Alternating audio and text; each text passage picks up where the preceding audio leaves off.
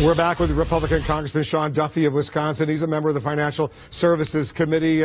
Congressman, you probably heard the White House Press Secretary Sean Spicer today say he believes that the administration, the president, will be completely vindicated when their wiretapping claims, the evidence that they have are released, all that evidence. He said President Trump is extremely confident the administration will be able to provide that evidence. Here's the question. If they're so confident about that evidence, what stopped them now for the last 10 days to release that evidence publicly so all of us can move on?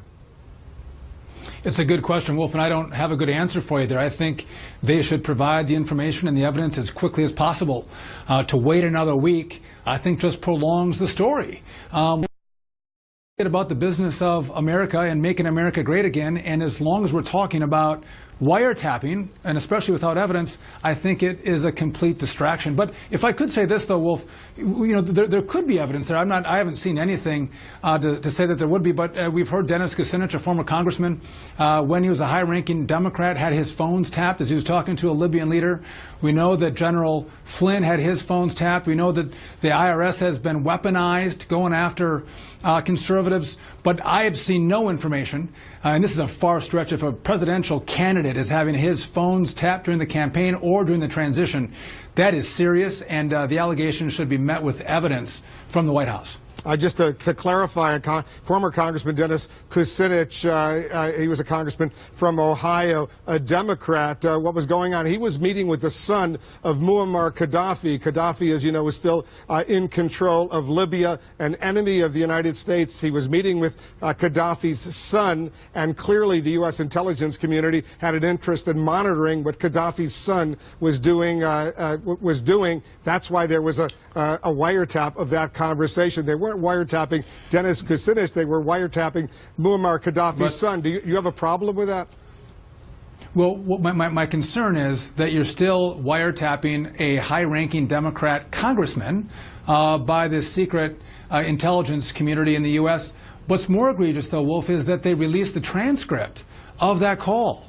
Now, I mean, when we use this information, and I support our intelligence community gathering information to keep us safe, but they have to be very cautious when they're gathering information on a U.S. congressman and then releasing the contents of that information, or with General Flynn.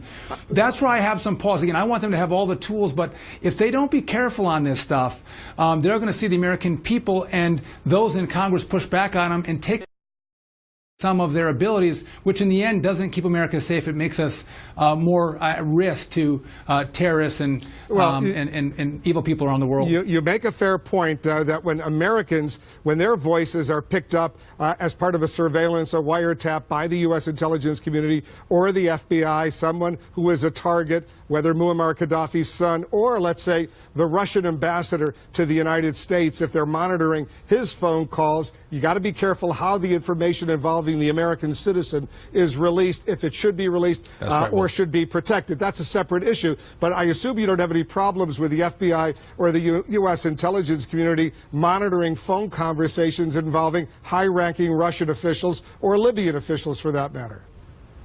Yeah, no, that's within their space. But when they then tap into, a senator or a congressman or an appointee of the next administration, and that information is released, I do have a problem with that. But we are off topic. I would agree with you, Wolf, that I do want this issue clarified, and I think it's incumbent upon Donald Trump and his team to provide the necessary evidence showing that he was tapped, when and how and who did it.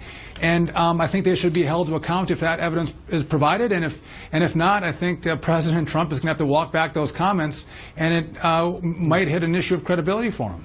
By the way, as far as former Congressman Dennis Kucinich, this is the point he has been making about why all of a sudden his voice was picked up in that in that conversation with Muammar Gaddafi's son. There's been no comment from the U.S. government, as far as I know. But we'll leave it on that note. Congressman Sean Duffy of Wisconsin, always good to have you here in the Situation Room. Thanks very much.